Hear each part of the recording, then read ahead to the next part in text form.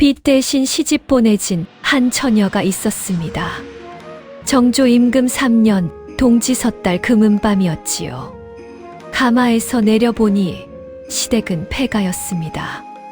무너진 담장, 깨진 항아리, 그리고 미친 노파라 손가락질 받던 시할머니 한 분. 신랑은 첫날 밤이 새기도 전에 한양으로 떠나버렸지요. 마을 안악들이 깔깔거리며 비웃었습니다. 저 새색시 사흘도 못 가. 무찜 쌀게야. 그런데 말입니다. 그 새색시가 단보름 만에 강원도 평창 백성리 고을 전체를 발칵 뒤집어 놓았단 말입니다. 할머님, 이 약과 한 점 드십시오. 떨리는 손에 약과 한 점이 놓이자 헛소리만 하던 노파의 입에서 이런 말이 새어나왔지요.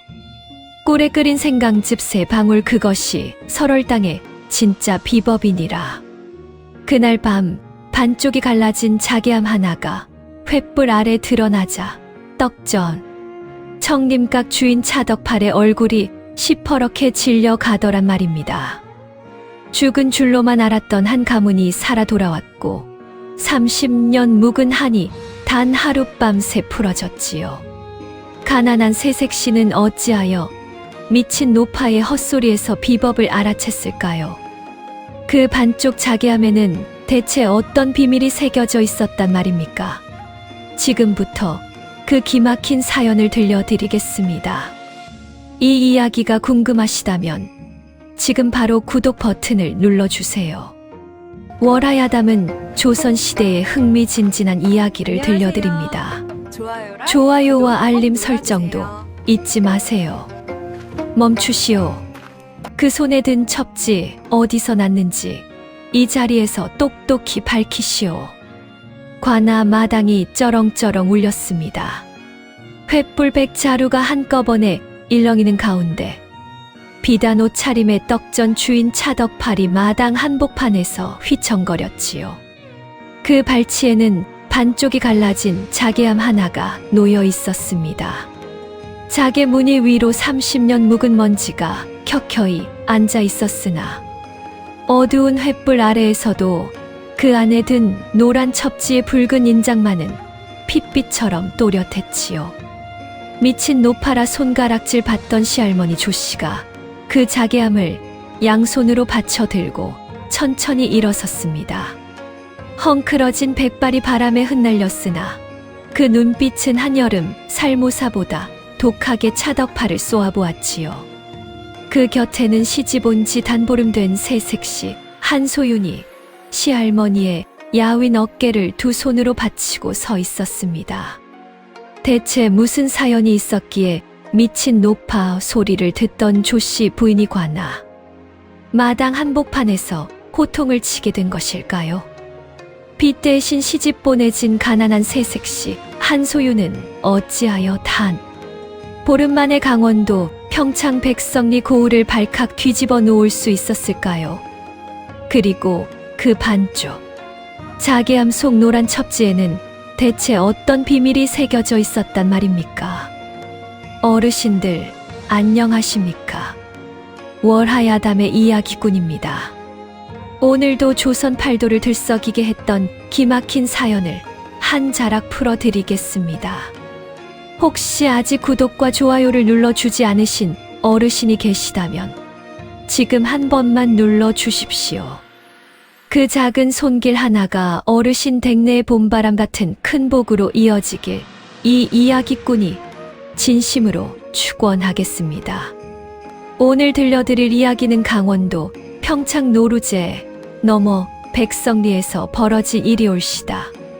빚 대신 폐가에 시집 보내진 가난한 새색시 한 사람과 미친 노파라 손가락질 받던 시할머니 그리고 30년 묵은 한을 품고 살아온 옛 가문의 비밀이 단 보름 사이에 한꺼번에 터져 나온 사연이지요. 이 이야기를 듣고 나시면 어르신들 가슴이 먹먹해지실 겁니다. 자, 그러면 오늘의 이야기 지금 바로 시작합니다. 때는 정조 임금 즉위 3년째 되던 해 기해년 동짓달이었습니다. 강원도 평창 땅 노루제 고개를 넘어 시오 리쯤 더 들어가면 백성리라 부르는 작은 산골 마을이 있었지요. 마을 어귀에 흰 차돌 너럭바위가 누워있다 하여 흰돌마을, 백성리라 부른 것이었습니다. 백성리는 산이 깊고 골이 좁아 농사보다는 산물 싸움으로 먹고 살았지요. 봄이면 곰추며 두릅이며 잔대를 캐고 여름이면 산벌통을 놓아 토종꿀을 받았으며 가을이면 잣과 도토리와 약초 뿌리를 거두었습니다. 마을 아래쪽으로 가면 평창강 줄기가 굽이쳐 흘렀고 그 강변에는 노루제 장터가 닷새마다 한 번씩 섰지요.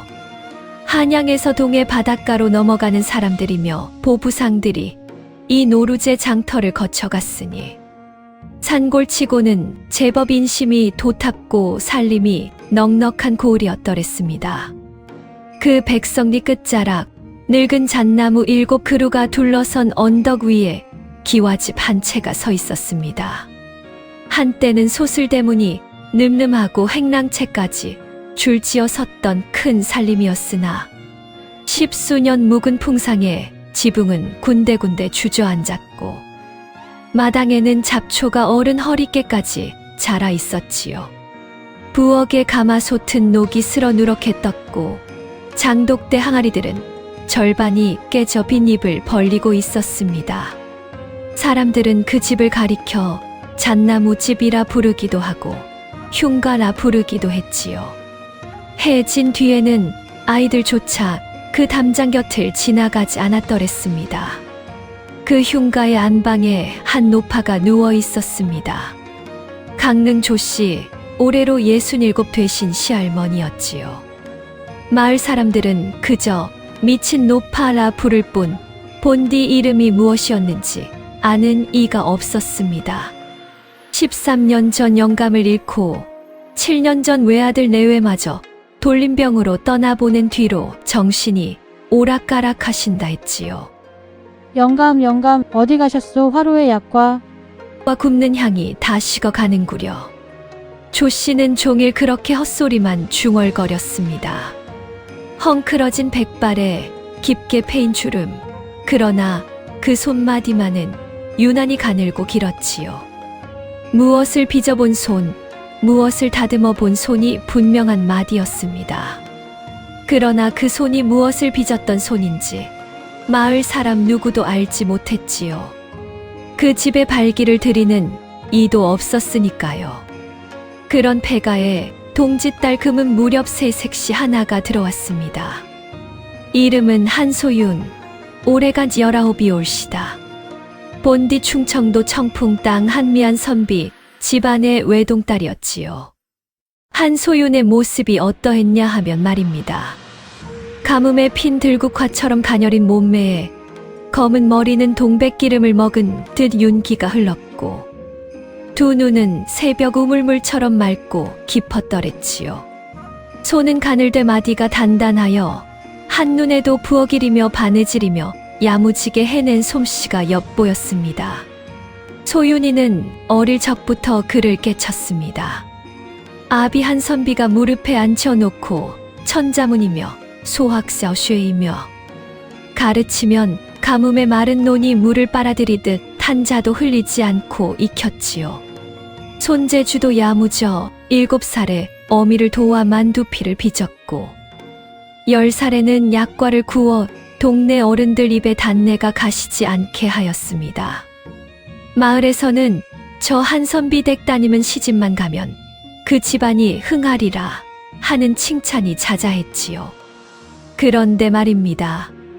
호사다 마라 하더니 소윤이 15 되던 해에 아비가 갑자기 객사하고 17 되던 해에는 어미마저 폐병으로 세상을 떠나버렸지요.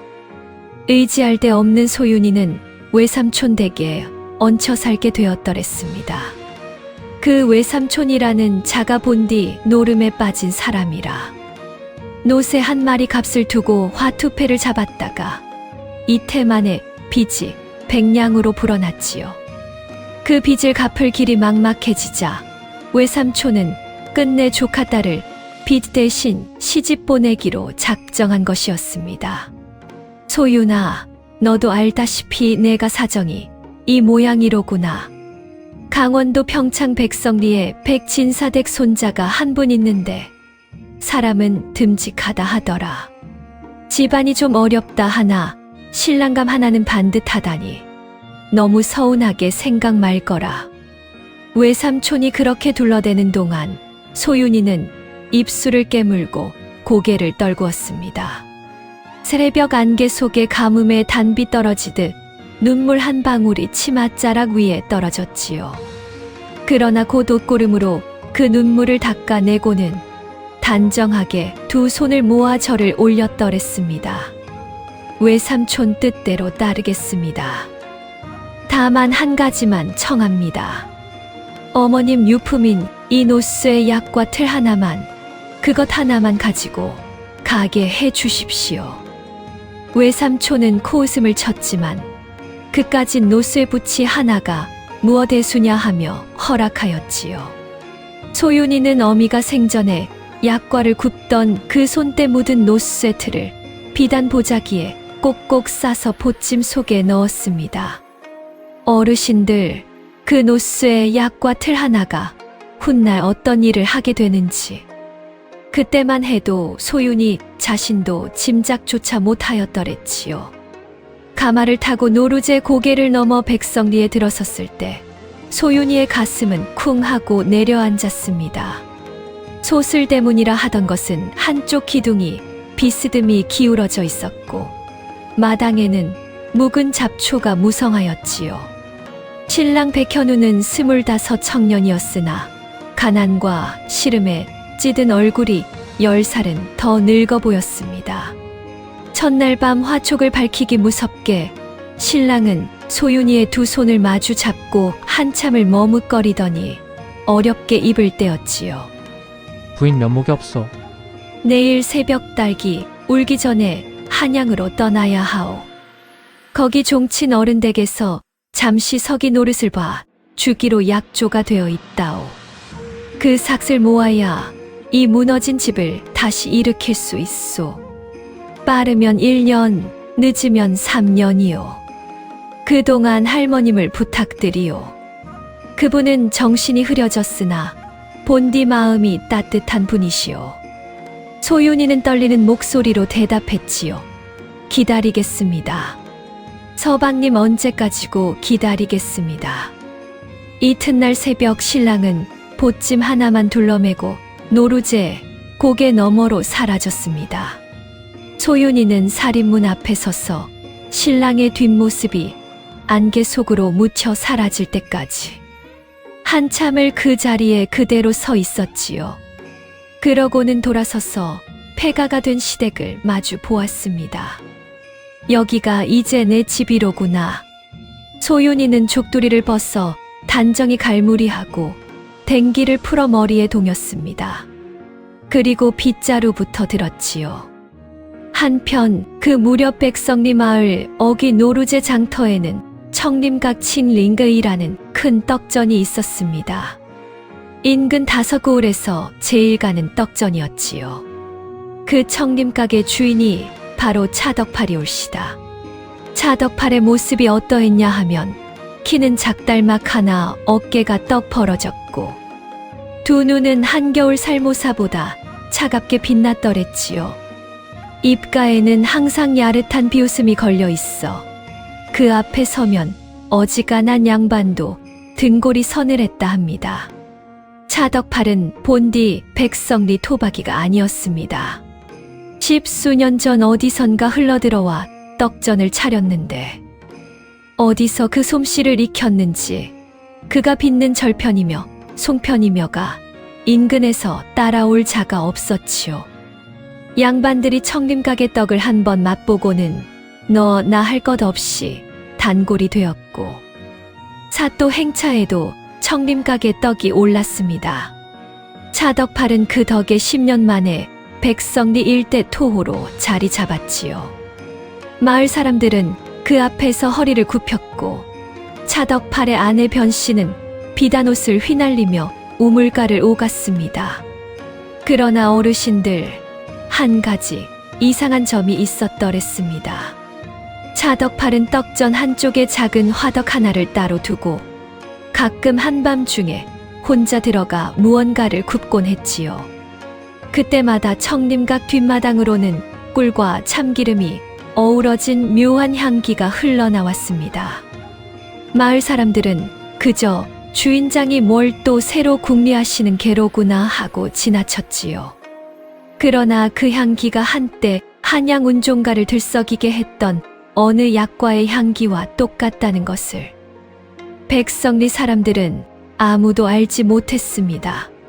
차덕팔이 그 향내를 풍기던 그 밤, 그 시각에 흉가의 안방에서는 미친 노파 조씨가 갑자기 벌떡 일어나 앉아 허공을 쥐어뜯으며 한밤내 흐느꼈다는 것을 그 곁을 지키던 이가 아무도 없었으니 또한 누구도 알지 못했지요.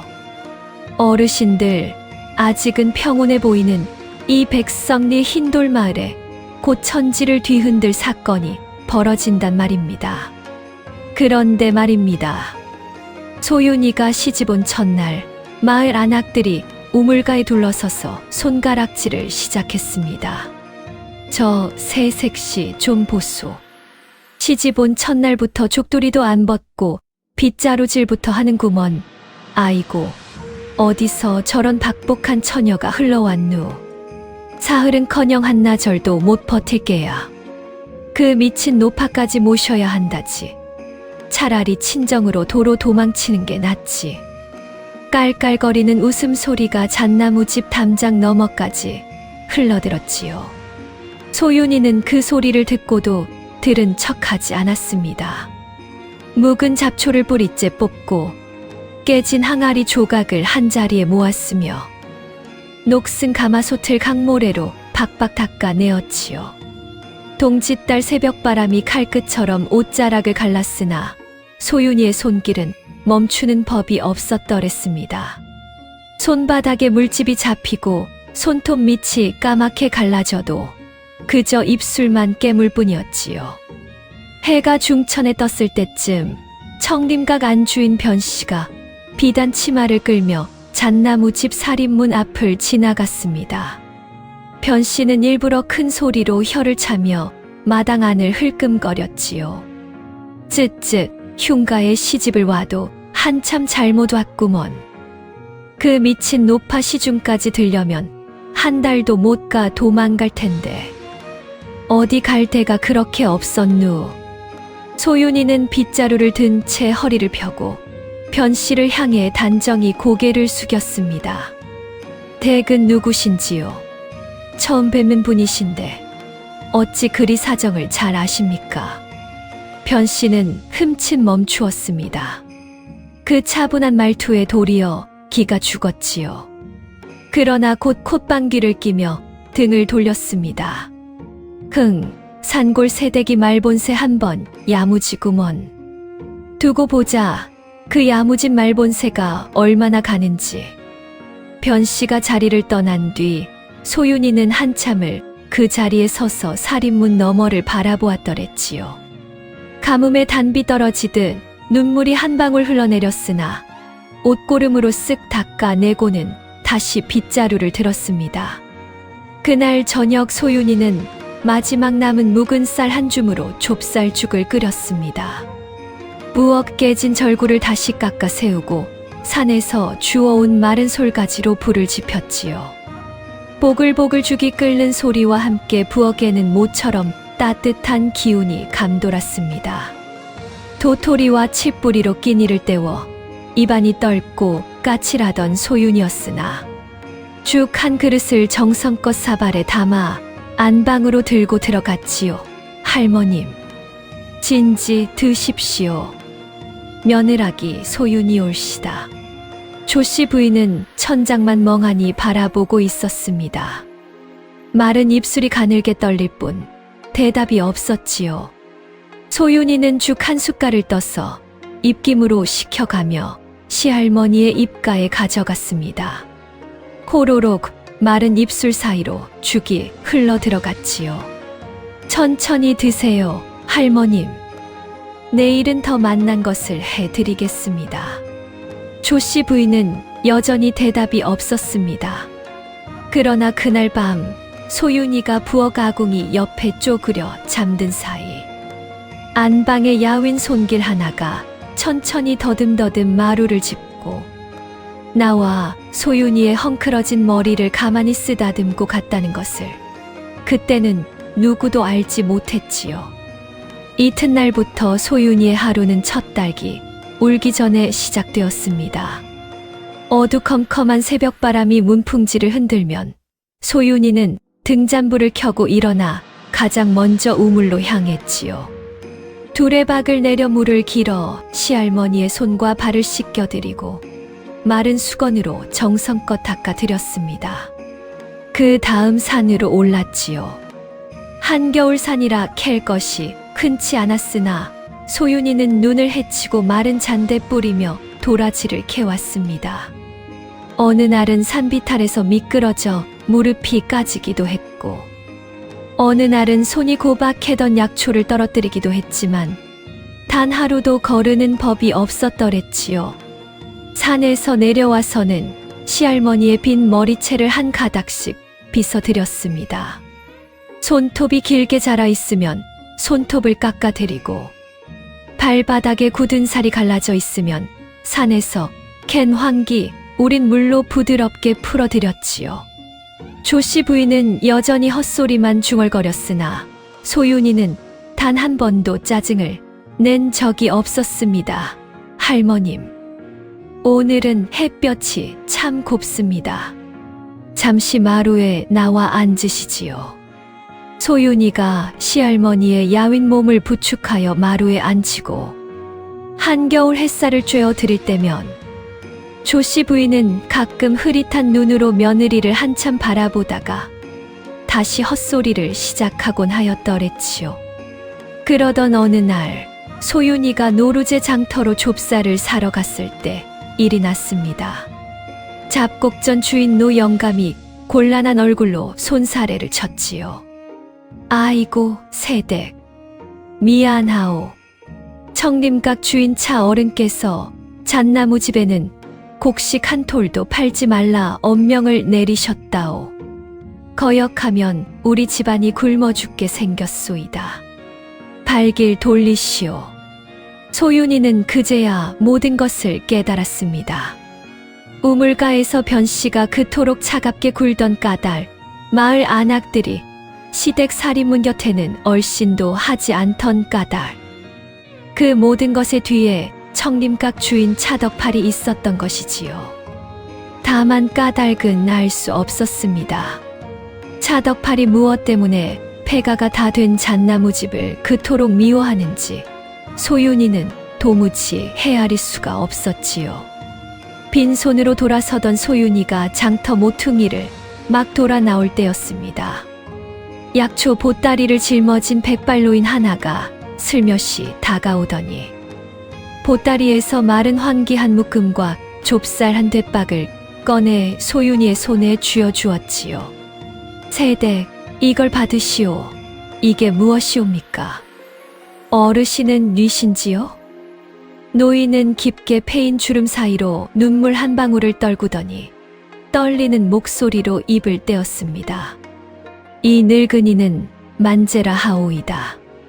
옛날에 한 댁에서 약방 심부름을 하던 사람이 올시다. 마님께서 살아 계시다는 풍문을 듣고 이 산골까지 흘러들어 약초꾼으로 연명한 지 어언 30년이 다 되어 가오. 마님의 며느님 되시는 새댁, 그저 이 늙은이의 약초 한 줌이라도 보태 드리고 싶었소이다. 소윤이는 그 자리에 우뚝 멈춰 섰습니다. 그 마님이 누구냐 묻고 싶었으나 만제 영감에 떨리는 입가가 무겁게 닫혀 있어 더는 물을 수가 없었지요. 만제 영감은 마지막으로 한마디만 남기고 발길을 돌렸습니다. 새댁 청림각차 어른은 보통 사람이 아니올시다. 부디 매사 조심하시오. 그리고 한 가지만 더 마님께 드릴 음식이라면 부디 약과를 한 점 구워 드려 보시오. 약과 향이 마님 정신을 돌아오게 하는지도 모를 일이외다. 만재 영감은 그 말 한마디를 남기고는 약초 보따리를 지고 안개 속으로 사라졌습니다. 소윤이의 가슴이 쿵 하고 내려앉았지요. 약과라니. 어찌하여 하필 약과란 말인가. 어머니 유품으로 가지고 온 그 노쇠 약과 틀이 떠올랐습니다. 그날 저녁 소윤이는 만재 영감이 쥐어준 황기와 좁쌀로 죽을 끓이고 만재 영감이 일러준 대로 작은 약과 하나를 구워 보기로 마음먹었지요. 보찜 깊이 묻어두었던 어미의 노쇠 약과 틀을 꺼냈습니다. 그 노쇠 틀에는 매화 5송이가 양각으로 새겨져 있어 손에 쥐면 어머니의 손길이 그대로 전해지는 듯 했지요. 밀가루 한 줌에 산에서 받은 토종꿀 한 숟갈, 만재 영감이 따로 챙겨준 참기름 몇 방울. 그것이 소윤이가 가진 전부였습니다. 반죽을 100번 치대고 노쇠 틀에 곱게 박아 마른 솔까지 불에 천천히 구웠지요. 부엌에는 가을이면 인삼 말리는 향기가 담장 너머까지 흘러나가던 어느 옛집의 기억처럼 꿀과 참기름이 어우러진 고소한 향내가 모락모락 피어올랐습니다. 소윤이가 그 약과 한 점을 작은 백자 접시에 담아 안방으로 들고 들어갔을 때였습니다. 할머님, 약과 한 점 구워보았습니다. 한 입만 맛보시지요. 다음 순간 소윤이는 자기 눈을 의심하였습니다. 그토록 멍한 눈으로 천장만 바라보던 조씨 부인이 갑자기 코를 벌름거리며 천천히 고개를 들었지요. 흐릿하던 두 눈에 무언가 또렷한 빛이 어리는 듯 하더니 마른 입술이 가늘게 떨리며 이렇게 중얼거리는 것이었습니다. 꿀에 끓인 생강즙. 세 방울 그것이 없으면 그것이 없으면 설월당 약과가 아니지. 소윤이의 손에서 백자 접시가 떨릴 뻔하였습니다. 설월당이라니. 그것은 한양 운종가에 있다가 30년 전 하루아침에 자취를 감추었다 하는 임금님 수라상에까지 약과를 올리던 그 전설의 약과방 이름이 아니옵니까? 어찌하여 미친 노파라 불리던 시할머니의 입에서 그 이름이 흘러나온단 말입니까? 소윤이의 가슴이 두근거렸지요. 그러나 그날 밤 더 큰 일이 벌어지고 말았습니다. 한밤중에 마당 쪽에서 우당탕 하는 소리가 들리더니 살인문이 박살나는 듯한 굉음이 났지요. 소윤이가 등잔불을 들고 나가보니 마당 한복판에 누군가가 던지고 간 큼지막한 돌멩이 하나와 함께 종이 한 장이 바람에 펄럭이고 있었습니다. 거기에는 굵은 먹글씨로 이렇게 적혀 있었지요. 흉가의 새댁은 사흘 안에 보찜을 싸라. 사흘이 지나면 그 미친 노파 목숨이 어찌 될지 장담 못한다. 소윤이의 손이 부들부들 떨렸습니다. 그러나 그 떨림은 두려움 때문만이 아니었지요. 분노였습니다. 한여름 살모사보다 독한 분노가 차오르는 것을 소윤이는 처음 느꼈더랬습니다. 누구냐 대체? 누가 정신 흐려진 노인 한 분을 두고 이리도 모진 짓을 한단 말이냐? 그러나 어둠 속에서는 아무 대답도 없었습니다. 그저 매서운 동지바람이 잣나무 가지를 흔들며 휘이 소리를 낼 뿐이었지요. 이튿날 새벽 소윤이는 우물에 두레박을 내렸습니다. 그런데 끌어올린 두레박에서 흙냄새가 진동하지 뭡니까? 우물 안을 들여다보니 누군가가 밤새 흙을 한 짐 들이부은 것이 분명하였습니다. 마른 논이 갈라지듯 가슴이 쩍쩍 갈라지는 듯 했지요. 그러나 소윤이는 입술을 깨물고 다짐했습니다. 내가 무너지면 할머님은 누가 지킵니까? 절대로 무너지지 않겠습니다. 소윤이는 그날 하루 종일 새 우물자리를 잡았습니다. 산에서 흘러내리는 물줄기를 따라 잣나무 그루터기 아래를 곡괭이로 파 내려갔지요. 어깨가 빠질 듯 아팠고 손바닥에 잡힌 물집이 터져 피가 흘렀습니다. 그러나 한나절 만에 맑은 물 한 자락이 졸졸 솟아오르기 시작했더랬지요. 마을 안악들이 담장 너머로 그 모습을 흘끔거리며 수군거렸습니다. 저 새댁 정말이지 보통이 아니로구먼. 그날 저녁 잣나무집 살인문을 누군가가 조심스럽게 두드렸습니다. 만재 영감이었지요. 영감은 약초 보따리에서 마른 인삼 2뿌리와 좁쌀 한 되박, 그리고 무명천에 곱게 쌓아둔 종이 한 장을 꺼내 소윤이 손에 쥐어주었습니다. 세대 마님을 부탁드리오. 그리고 이걸 받으시오. 이건 마님께서 정신을 차리시거든 손에 꼭 쥐어드리시오. 마님께서 보시면 무엇인지 아실게요. 종이를 펴보니 거기에는 한 사람의 이름과 함께 작은 약과 하나가 먹으로 그려져 있었습니다. 매화 5송이가 양각된 어머니의 노쇠, 약과 틀과 똑같은 무늬의 약과였지요. 그 옆에는 설월당 진상도 진상투 사본이라는 5글자가 적혀 있었습니다. 소윤이는 그 종이를 가슴에 꼭 품었습니다. 어르신들, 이보다 더 막막하고 두렵고 외로운 처지가 또 어디 있었겠습니까? 한겨울 산골 폐가에 미친 노파 한 분 모시고 마을 토호의 위협에 우물까지 망쳐진 가난한 새색시. 참으로 하늘도 무심하시지. 어르신들은 어떻게 생각하십니까? 그런데 말입니다. 이 처절한 밤이 지나고 나서 벌어진 일은 그 누구도 예상치 못한 것이었습니다. 미친 노파라 불리던 시할머니 조씨 부인이 다음 날 아침 첫 딸기 울자마자 일어나 앉아 또렷한 목소리로 며느리의 이름을 부른 것이지요. 소윤아, 며느라가 이리 가까이 오너라. 내 너에게 보여줄 것이 있다. 소윤이의 가슴이 쿵 하고 내려앉았습니다. 그토록 헛소리만 하시던 할머님의 목소리가 한겨울 우물물처럼 맑고 또렷하지 뭡니까? 그리고 그 손에 들린 것은 반쪽이 갈라진 자개암 하나였더랬지요. 소윤이는 떨리는 무릎을 꿇고 시할머니 곁으로 다가갔습니다. 조씨 부인의 두 눈은 더 이상 흐릿하지 않았지요.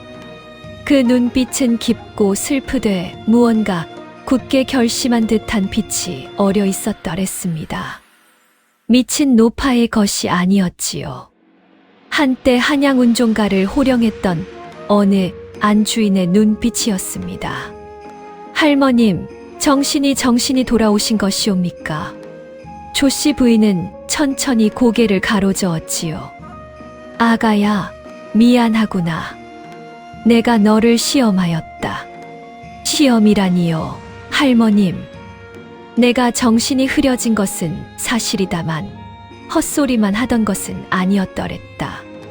정신이 들었다 흐려졌다 했지. 그러나 내가 시집을 처음 왔을 때 나는 다시 한번 사람을 잃을까 두려웠다. 내가 정신을 차리고 너를 맞이하면 너 또한 욕심에 눈이 멀어 이 집안의 비밀을 캐려 들까 두려웠지. 그래서 일부러 미친 척하였다. 보름 동안 너를 지켜보았다. 소윤이의 눈에 가뭄의 단비 떨어지듯 눈물이 차올랐습니다. 조씨 부인은 야윈 손으로 며느리의 손등을 쓸어주며 말을 이었지요. 너는 한 번도 묻지 않더구나. 이 집안이 어찌하여 폐가가 되었느냐, 신랑이 어찌하여 떠났느냐, 시할미가 어찌하여 미쳤느냐, 한 번도 묻지 않더구나. 좁쌀 한 줌으로 끓인 죽을 내 입에 떠넣어주고 헝클어진 머리를 하루도 거르지 않고 빗어주더구나.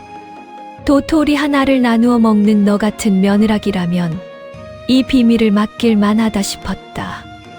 그리고 어젯밤 내가 구운 그 약과 한 점, 그 향이 코끝에 닿는 순간 나는 내 정신이 한꺼번에 돌아오는 것을 느꼈더랬다.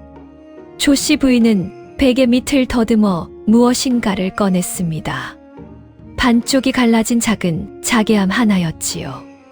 자개 무늬가 한쪽은 매화요, 한쪽은 그 매화의 가지뿐, 본디 한 쌍이었던 것을 누군가가 쪼개어 한쪽만 가져간 듯한 모양새였습니다. 열어보아라, 아가야.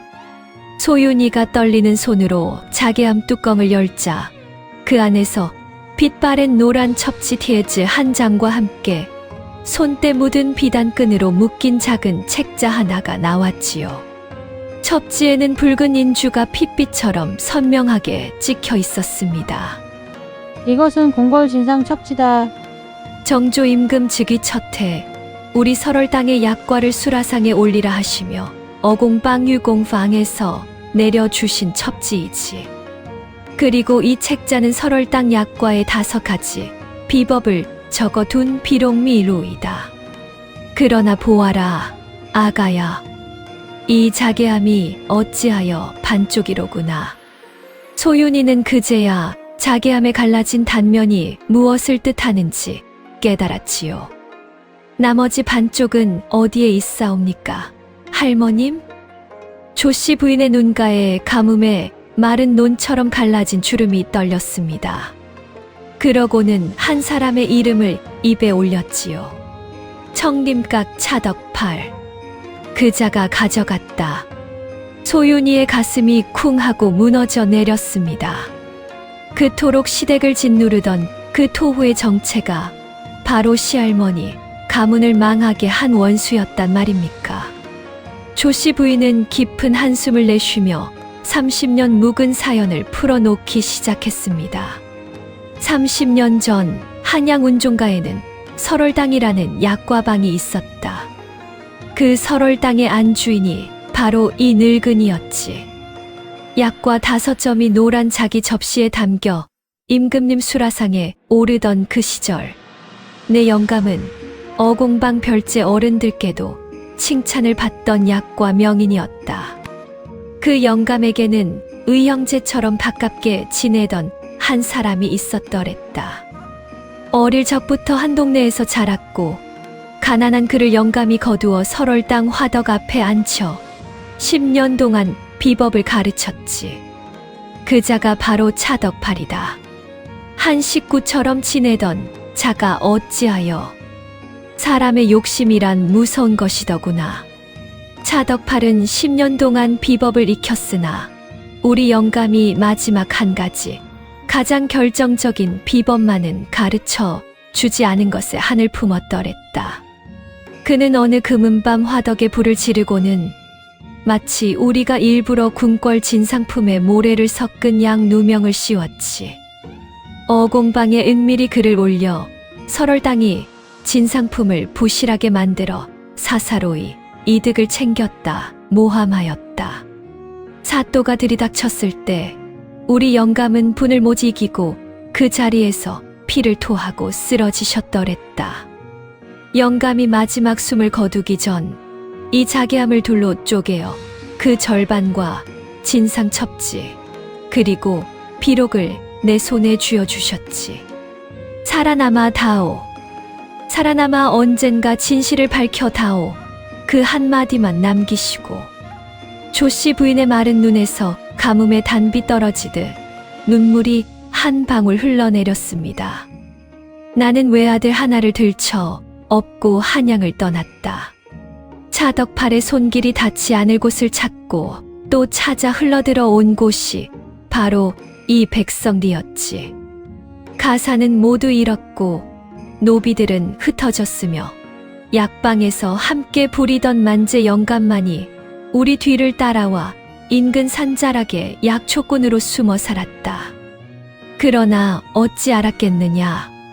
차덕팔 또한 한양 어공방의 추궁이 두려워 한양을 떠나 강원도 산골로 흘러들었던 게야. 그자가 이 백성리에 청림각을 차린 것이 13년 전, 그러니까 매 외아들 내외가 돌림병으로 떠나기 2해 전이었지. 소윤이는 그제야 모든 것을 깨달았습니다. 시할머니가 어찌하여 미친 척하며 누워 계셨는지, 차덕팔이 어찌하여 잣나무집을 짓누르고 새 며느리에게까지 위협을 가했는지 한 가지가 더 또렷해졌지요. 청림각이 빚어내던 그 묘한 떡들, 양반들의 입에 오르내리던 그 절편이며 송편이며가 실은 설월당 약과 비법을 어설피 흉내낸 것이었다는 사실 말입니다. 그런데 할머님, 한 가지 도무지 모를 일이 있사옵니다. 차덕팔이 설월당 비법을 훔쳐갔다면 어찌하여 청림각의 떡과 약과가 한양 운종가를 다시 호령하지 못하고 이 산골에 처박혀 있는 것이옵니까? 조씨 부인은 입가에 처음으로 옅은 미소를 띄었습니다. 그것이 우리 영감의 마지막 지혜였더랬지. 설월당 비법은 모두 5이다. 그 5 중 마지막 하나, 가장 결정적인 한 가지를 영감은 비록에 적지 않으셨다. 차덕팔이 훔쳐간 반쪽 자개함의 비록은 본디 비록의 사본일 뿐이었지. 그 사본에는 4가지만 적혀 있고 마지막 하나는 빠져 있었더랬다. 마지막 한 가지란 무엇이옵니까? 할머님. 조씨 부인은 며느리의 귓가에 입을 대고 속삭였습니다. 꿀에 끓인 생강즙 3방울. 반죽 100번을 친 뒤 마지막 101번째에 그 3방울을 떨어뜨려야 한다. 한 방울 더하면 약과가 맵고 한 방울 덜하면 약과가 밋밋하지. 꼭 3방울이라야 입에 넣었을 때 단맛 뒤에 산뜻한 매운맛이 코끝으로 올라오는 게야. 그것이 설월당 약과의 마지막 비법이다. 어젯밤 내가 만재 영감에 일러 둔 대로 생강즙 몇 방울을 떨어뜨려 약과를 구웠지. 그 향이 내 코에 닿는 순간 나는 죽었다 다시 깨어난 듯하였더랬다. 소윤이의 2 눈에서 눈물이 주르륵 흘러내렸습니다. 그제야 어머니의 손때 묻은 노스의 약과 틀이 어찌하여 매화 5송이 문이었는지도 어렴풋이 짐작되는 듯했지요. 5송이의 매화는 곧 설월당 5 비법, 그리고 5송이 중 1송이는 누구도 모르게 감추어진 진짜 비법. 할머님, 그러면 제 어머님께서도? 조씨 부인은 천천히 고개를 끄덕였습니다. 내가 짐작은 하고 있었더랬다. 처음 내가 살인문을 넘어 들어올 때 그 손마디며 걸음걸이, 무엇보다 보찜에서 꺼내어 부엌에 두던 그 노쇠틀. 매화 5송이 양각된 노쇠틀은 본디 설월당 안채에서 쓰던 5틀 중 하나였다. 30년 전 설월당이 무너질 때 그 5틀 가운데 하나가 한 어린 계집아이의 손에 쥐어져 나갔다 들었지. 그 계집아이가 곧 너의 어머니 청풍 한선비 댁에 시집간 우리 영감의 막내 누이의 외동딸이었더랬다. 소윤이의 어깨가 가늘게 떨렸습니다. 어찌 이런 인연이 있을 수 있단 말입니까? 빚 대신 끌려온 가난한 새색시가 알고 보니 시할머니 댁의 먼 핏줄이었다니. 어머니가 생전에 그 노쇠틀을 닦으며 가만히 한숨 짓던 까닭이 한 번도 입에 올리지 않으셨던 외가의 사연이 이제야 한 가닥씩 풀어지는 듯 했지요. 아가야, 천복이가 아닌 만재가 너에게 약과를 굽게 한 까닭은 따로 있다. 청림각의 차덕팔은 떡전을 하면서도 한 가지 떡을 절대 빚지 못한다. 그것이 약과지.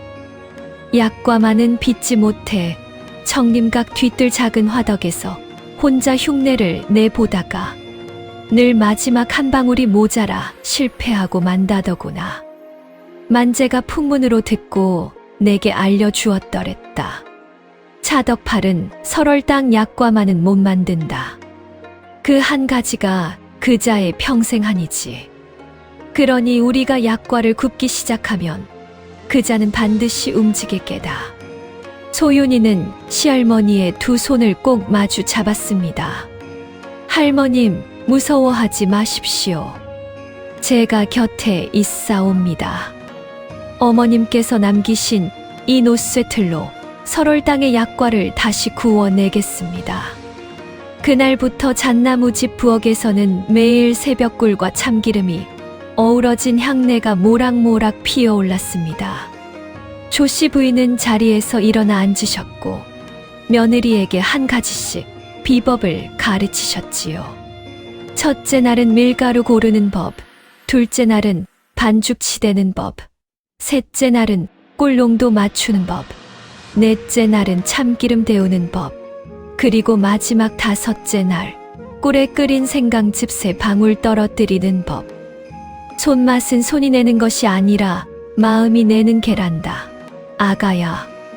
빚는 사람이 정성스러워야 먹는 사람도 정성스레 먹지.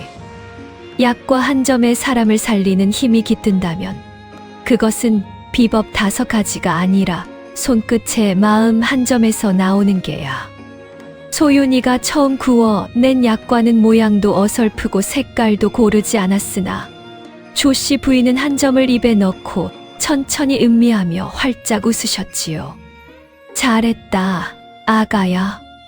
설월 땅의 향이 다시 살아났구나. 그리고 만재 영감의 인편을 따라 약과 한 함이 노루제 장터 길목의 보부상 행수께 보내졌습니다. 약과 위에는 매화 5송이 무늬가 또렷이 박혀 있었지요. 그 행수가 한양운종가에서 잔뼈가 굵은 사람이라 약과 한 점을 입에 넣자마자 그 자리에 우뚝 멈춰 섰다 합니다. 이 향은 30년 전 설월 땅의 약과 향이 아닌가. 행수의 외침은 노루제 장터를 한 바퀴 돌고 닷새 만에 인근 5고을로 퍼졌지요. 그리고 열흘 만에 백성리 잣나무집 살인문 앞에는 약과 한 함이라도 사가려는 양반들과 보부상들이 줄을 서기 시작했더랬습니다.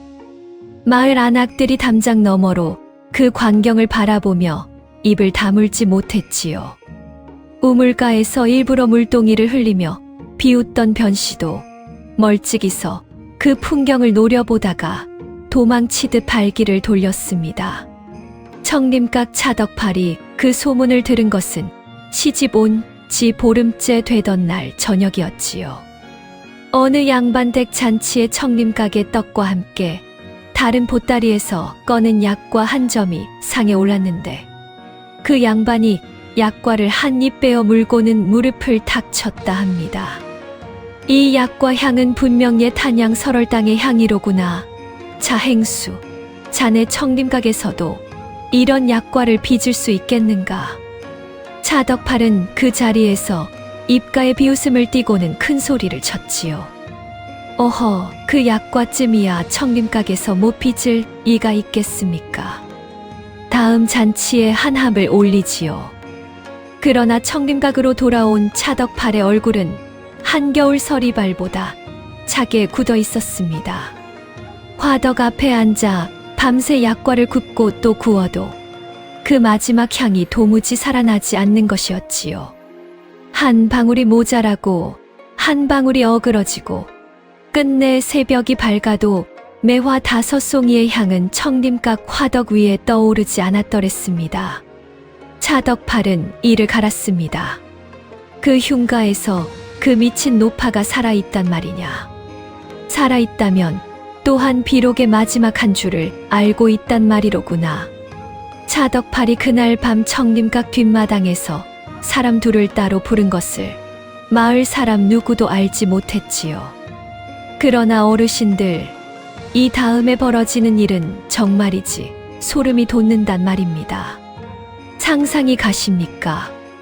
이튿날 새벽 노루제 장터 떡 행렬 한가운데에서 한 양반이 갑자기 배를 움켜쥐고 쓰러졌습니다. 그 양반의 입가에는 거품이 일었고 입속에는 반쯤 십담한 절편 한 조각이 남아 있었지요. 사또 행차가 막 그 장터를 지나던 참이라 사또 정대감의 가마가 그 자리에 멈춰 섰습니다. 독이다. 떡에 독이 들었다. 차덕팔이 가마 앞으로 달려 나와 무릎을 꿇었습니다. 그러고는 손에 든 작은 종이 한 장을 사또 앞에 내밀었지요. 사또 통촉하여 주시옵소서. 이 떡은 본디 잣나무집 새색시 한씨가 청림가게 팔러 온 것을 제가 마지못해 거두어 장터에 풀었사옵니다. 그 새색시가 시집온 뒤로 잣나무집 부엌에서 밤마다 이상한 향이 풍긴다 하던 차에 오늘 이런 일이 벌어졌으니 부디 그 새색시를 잡아들여 추궁하여 주시옵소서. 사또 정대감은 강직한 사람이었으나 양반 한 사람이 쓰러진 마당에 누군가는 책임을 져야 했지요. 차덕팔이 내민 종이에는 떡을 받았다는 거짓 영수증이 적혀 있었고 거기에 누군가 흉내낸 듯한 한소윤의 이름이 또렷이 적혀 있었더랬습니다. 포졸들은 즉시 잣나무집으로 가 한씨를 잡아오라. 어르신들 가슴이 먹먹하지 않으십니까?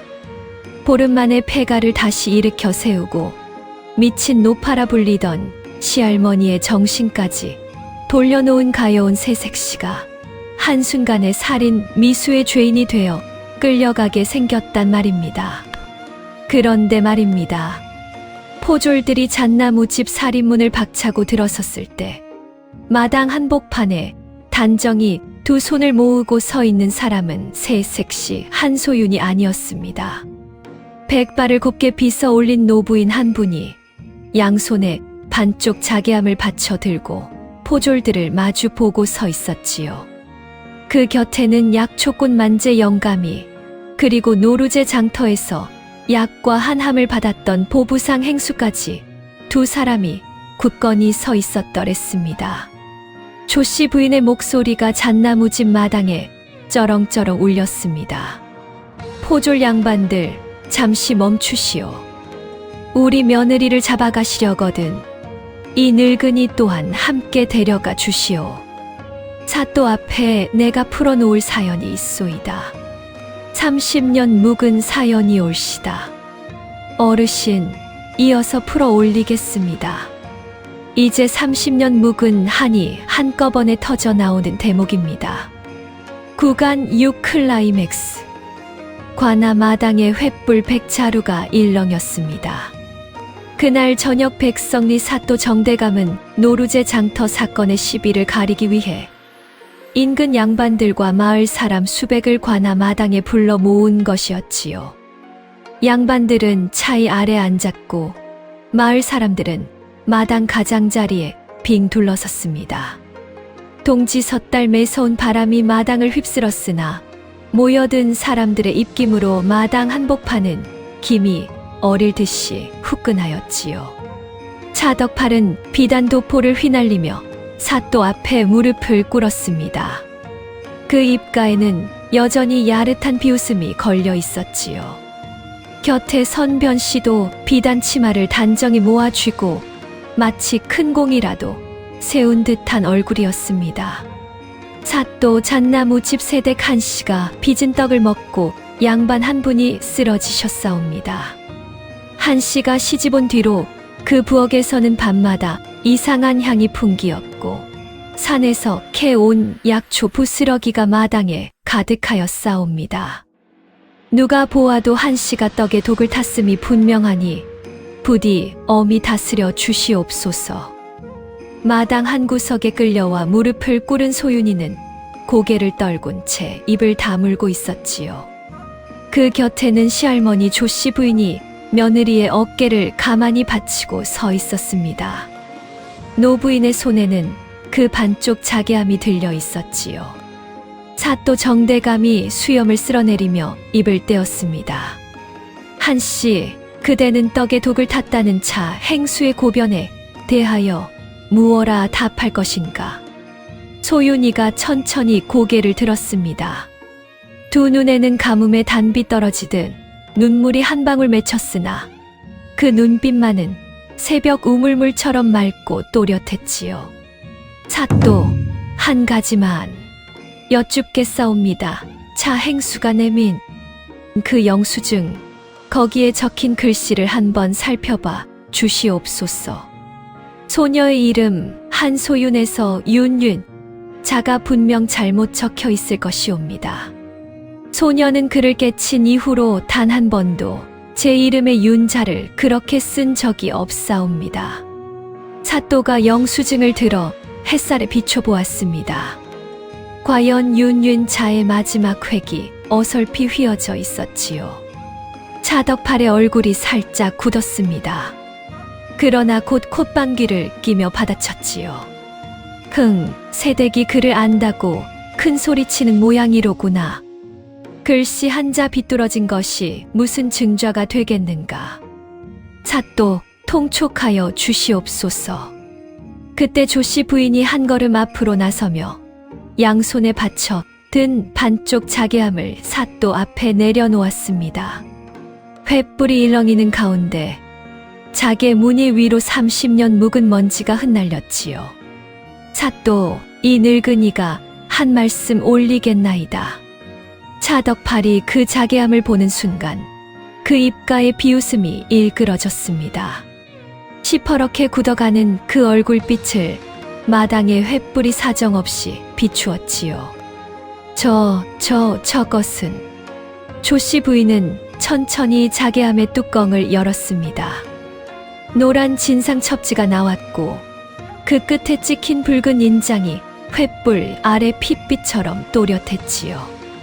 노부인의 목소리가 관아 마당에 쩌렁쩌렁 울렸습니다. 이 늙은이는 본디 한양운종가 설월당의 안주인 강등 조씨올시다. 30년 전 정조 임금께 진상하던 약과방의 안주인이지요. 이 첩지는 어공방에서 내려주신 진상 첩지이며 인장은 어공방 별제 어른의 친아비옵니다. 사또께서 한양 어공방에 인편을 보내 대조하시면 그 진위는 즉시 가려질 것이옵니다. 마당이 술렁였습니다. 양반들이 차일 아래에서 일제히 일어섰지요. 인근에서 약과 깨나 먹어본 양반이라면 한 세대 전 한양 운종가를 들썩이게 했던 설월당의 이름을 모를 리가 없었더랬습니다. 설월당이라니 그 설월당이 살아있었더란 말인가. 조씨 부인은 차덕팔을 향해 천천히 고개를 돌렸습니다. 한여름 살모사보다 독한 눈초리였지요. 차덕팔, 자네는 본디 설월당 화덕 앞에 앉혀 10년을 거두어 가르친 내 영감의 의제이 띠였더랬지. 그런 자네가 금은밤 화덕에 불을 지르고 진상품에 모래를 섞었다. 모함하여 우리 영감을 그 자리에서 피토하고 쓰러지게 한 자가 누구였더냐. 이 자개함의 나머지 반쪽, 그것은 자네가 가져갔지. 자네 청림각 비밀 화덕 밑을 뒤지면 반드시 그 반쪽이 나올 것이다. 사또 청림각을 수색하라 명하여 주시옵소서. 차덕팔의 얼굴이 시퍼렇게 질려갔습니다. 그러나 그자도 보통 내기가 아니었지요. 콧방귀를 끼며 발버둥 쳤습니다. 이 미친 노파가 그래도 정신이 안 돌아왔구먼. 사또, 저 노파의 헛소리에 귀를 기울이지 마시옵소서. 자개함이 어디 한두 개이겠으며 첩질한 것도 위조하자면 못할 것이 무엇이겠습니까? 그때 만재 영감이 마당 한쪽에서 천천히 걸어 나왔습니다. 약초 보따리를 등에 진 백발의 노인이 사또 앞에 무릎을 꿇었지요. 사또, 이 늙은이는 만재라 하옵니다.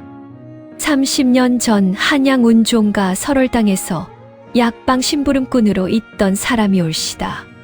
차덕팔이 화덕에 불을 지르던 그날 밤, 이 늙은이가 뒷마당에서 두 눈으로 똑똑히 보았사옵니다.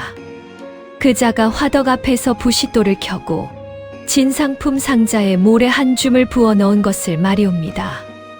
그날 이후 30년을 입을 다물고 살아왔으나 마님께서 살아계시다 하기에 오늘 이 자리에서 모든 것을 토설하옵나이다. 차덕팔의 얼굴이 사색이 되어갔습니다. 누렇게 떨리는 그 입술 사이로 뻘건 혀가 들락거렸지요. 그러나 그자는 끝까지 발버둥 쳤습니다. 저 늙은 약초꾼이 무얼 안다고 삿도 저 늙은이도 저 노파와 한패가 분명하옵니다. 그때였습니다. 소윤이가 천천히 자리에서 일어섰지요. 가뭄에 핀 들국화처럼 가녀린 몸매였으나 그 음성만은 한겨울 우물물처럼 차고 또렷했습니다. 차 행수께 며느라기 한소윤이 한 가지만 여쭙겠습니다. 차덕팔이 콧방귀를 끼며 며느리를 노려보았지요. 소윤이의 두 손에는 작은 백자 접시 하나가 들려 있었습니다. 그 접시 위에는 매화 5송이 무늬가 또렷이 박힌 약과 2점이 단정히 놓여 있었지요. 여기 약과 2점이 있사옵니다. 한 점은 우리 잣나무집 부엌에서 시할머님과 함께 빚은 것이요.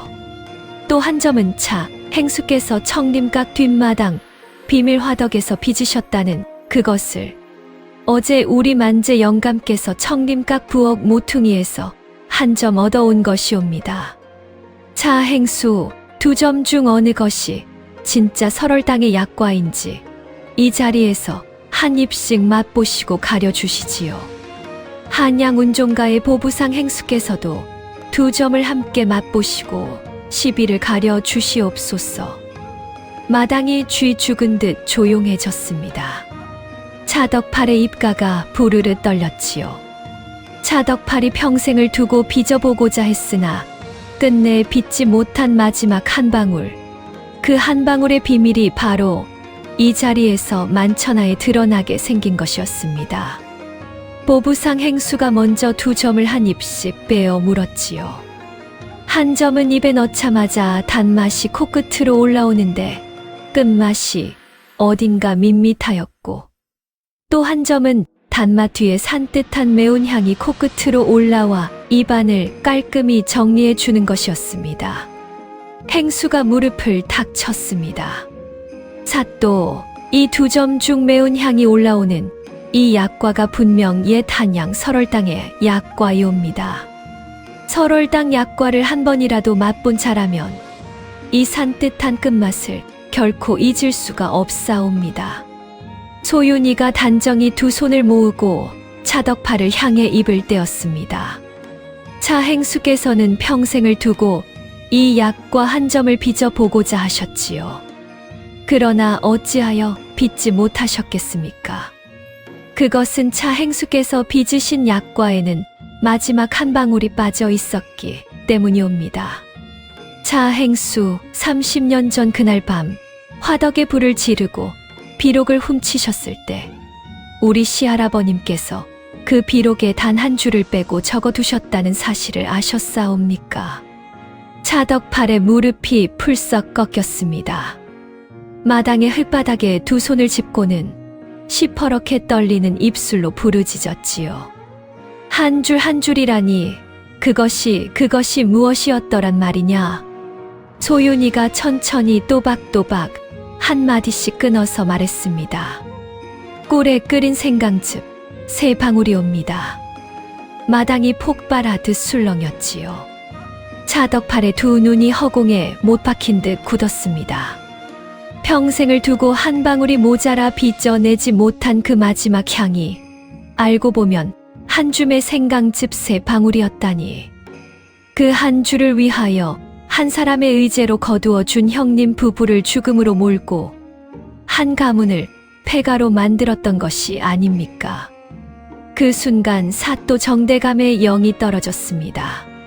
포졸들은 즉시 청림각으로 가 비밀 화덕 밑을 수색하라. 반식경도 지나지 않아 포졸들이 자개함의 나머지 반쪽과 함께 손때 묻은 비록 사본 한 권을 들고 돌아왔습니다. 반쪽 자개함을 조씨 부인이 들고 온 반쪽과 마주대니 매화 가지가 한 송이로 이어지며 본디 한 쌍이었음이 한눈에 드러났지요.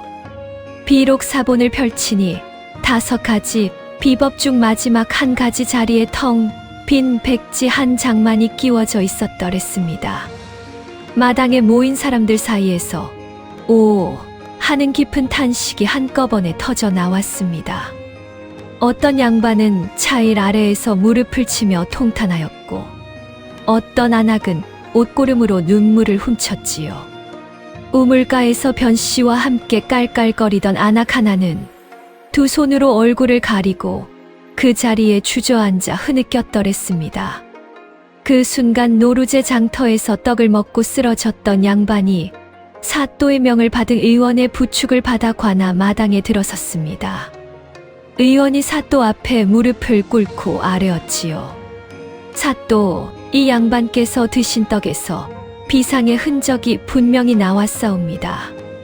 그러나 그 비상은 절편 반죽에 섞인 것이 아니라 절편 위에 얹은 잣가루에 따로 묻혀 있었사옵니다. 잣나무집 부엌에는 비상이 한 톨도 없으나 청림각 떡전 한쪽 뒷광에는 비상 단지 하나가 채 닫히지도 않은 채 놓여 있었더이다. 차덕팔의 두 어깨가 폭삭 주저앉았습니다. 양손으로 흙바닥을 쥐어뜯으며 짐승처럼 울부짖었으나 누구 하나 그 자를 거들어 주는 이가 없었지요. 변씨는 두 손으로 얼굴을 감싸고 비단 치마 끝을 흙바닥에 끌며 슬금슬금 마당 뒤로 물러섰으나 포졸 둘이 어느 결에 그 양옆을 막아섰더랬습니다. 사또 정대감이 자리에서 천천히 일어섰습니다. 그 판결은 추상 같았지요. 차덕팔, 너의 죄가 무겁고도 무겁다. 30년 전 설월당을 모함하여 한 가문을 폐가시킨 죄, 어공방 진상품에 모래를 섞어 임금님을 능멸한 죄, 의형의 비록을 훔쳐 평생을 사칭하며 살아온 죄, 그리고 오늘 잣나무집 며느리 한씨에게 누명을 씌우고자 양반의 떡에 비상을 묻혀 사람을 해하려 한 죄. 그 네 가지 죄가 한꺼번에 드러났으니 곤장 100대를 친 후 전 재산을 몰수하여 강릉 조씨께 돌려드리고 함경도 변방으로 종신 유배에 처하노라. 그 처 변씨는 관노로 드리고 청림각의 모든 재물은 즉시 봉인하라. 쿵쿵쿵 곤장 치는 소리가 관아 마당에 울려 퍼졌습니다. 차덕팔의 비명이 백성리 골짜기까지 메아리 쳤지요. 그러나 어르신들, 이 이야기꾼은 그 소리를 자세히 옮기지 않겠습니다. 죄에는 벌이 있으되 사람의 비명을 흥해 겨워 옮길 일은 못 되지요. 곤장이 끝난 뒤 마당의 한쪽 구석에서 누군가가 박수를 쳤습니다.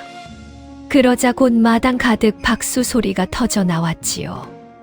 어떤 이는 두 손을 모아 하늘을 향해 절을 올렸고 어떤 이는 옷고름으로 눈물을 닦으며 사필귀사필귀라 하며 무릎을 쳤습니다. 그 가운데 가장 크게 외친 이는 그동안 차덕팔에게 빚을 진 채 떡전에서 묵묵히 일하던 가난한 사내들이었지요. 소윤이는 조씨 부인의 두 손을 꼭 잡고 있었습니다. 노부인의 야윈 어깨가 가늘게 떨렸지요. 조씨 부인이 며느리를 마주보며 떨리는 목소리로 입을 떼었습니다. 아가야, 보았느냐? 내가 빚은 그 약과 한 점이 30년 묵은 한을 풀었구나.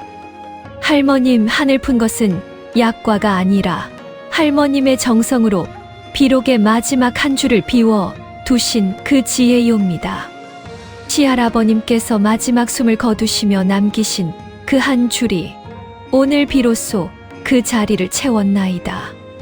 조씨 부인의 야윈 두 손이 며느리의 헝클어진 머리채를 가만히 쓸어내렸습니다.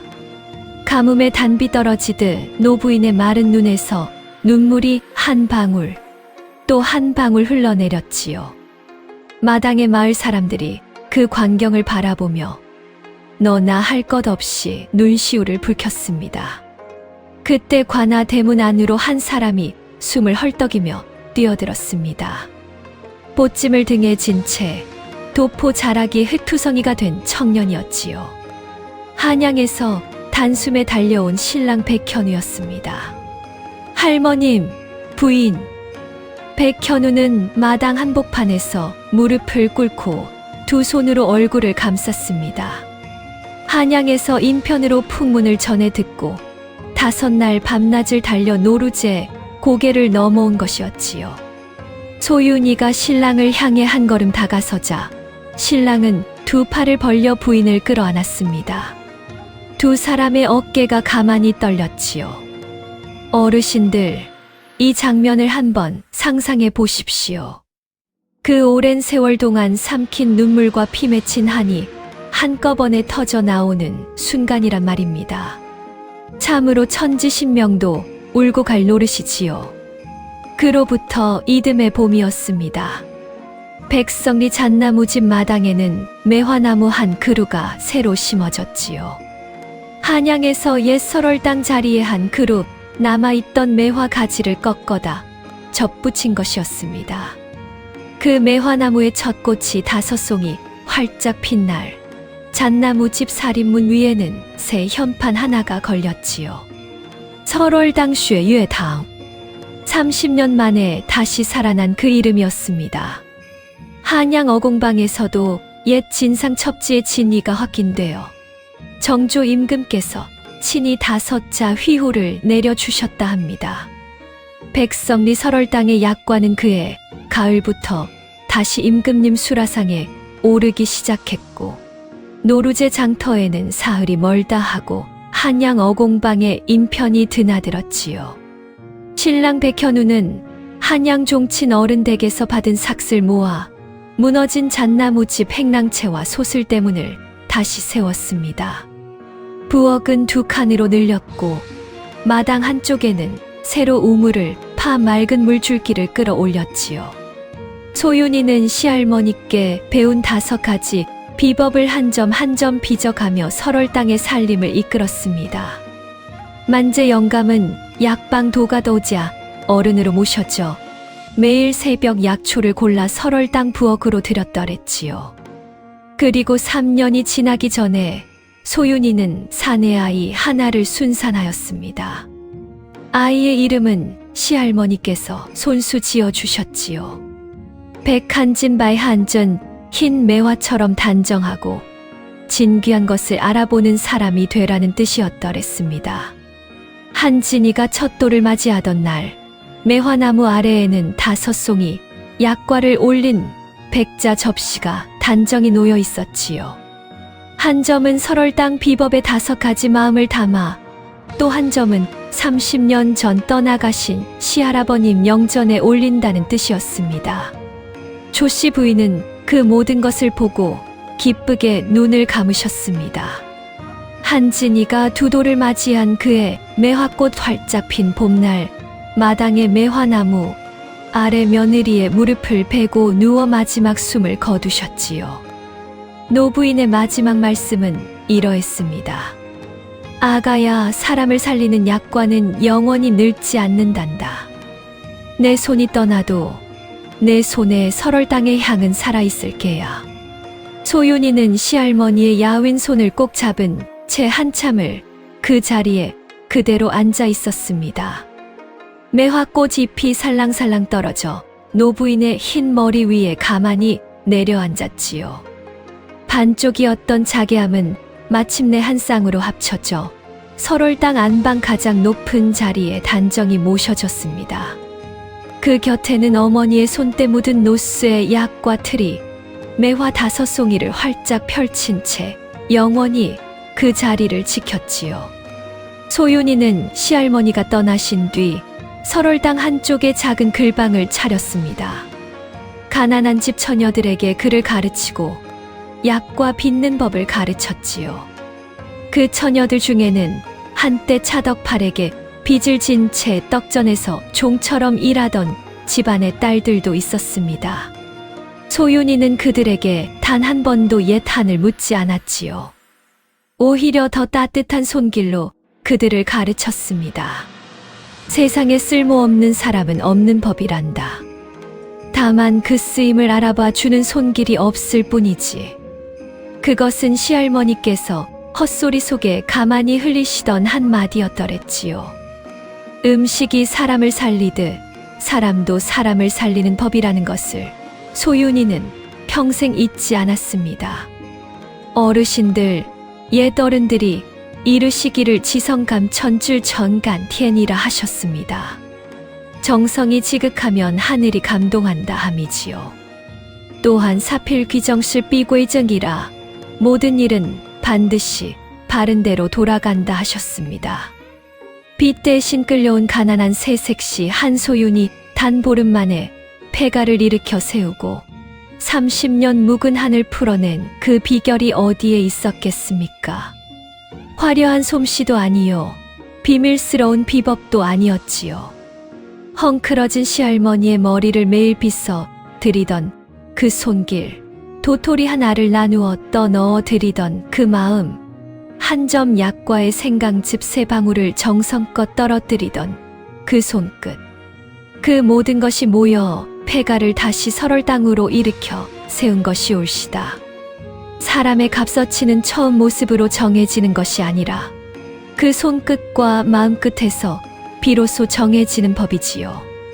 미친 노파라 손가락질 받던 시할머니의 정신을 돌이킨 것은 어느 명의미의의 약방문이 아니라 며느리가 손수 구운 약과 한 점의 향기였더랬습니다. 어르신들 곁에도 혹시 정신이 흐려졌다 하여 외면받는 노인 어르신이 계신지요? 가난하다 하여 멸시받는 이웃이 계신지요? 그분께 따뜻한 말 한마디, 따뜻한 한 그릇이라도 건네보시는 것이 어떻겠습니까? 그 한마디, 그 한 그릇이 누군가의 무너진 인생을 다시 일으켜 세우는 단비가 될지도 모를 일이 올시다. 오늘 이 이야기를 끝까지 들어주신 어르신들 댁내에도 봄날 같은 평안함이 가득하시길 축원합니다. 자녀분들에게 효도 받으시고 손자 손녀들의 웃음소리가 늘 집 안에 가득하시길 빕니다. 잣나무집 매화나무 아래 설월당의 약과 향이 30년 만에 다시 피어났듯 어르신 댁내에도 늘 향기로운 일들만 피어나시길 진심으로 빕니다. 늘 건강하시고 만복을 누리시길 빌고 또 빌겠습니다. 부족한 이야기꾼의 목소리를 끝까지 경청해 주신 어르신이 계시다면 잘 들었다는 따뜻한 말씀 한마디 댓글로 남겨주시겠습니까? 그 한마디가 이 이야기꾼에게는 세상 무엇보다 큰 보람이자 기쁨이란 말입니다. 오늘 이야기 중에 가장 가슴에 남으신 장면이 있으시거든 그 한 자락 적어주셔도 좋겠습니다.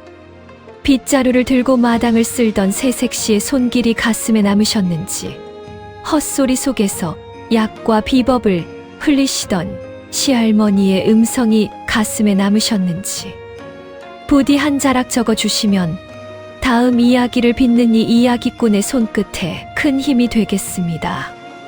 다음번에도 더 신명나고 가슴 뭉클한 야담으로 찾아뵙겠습니다.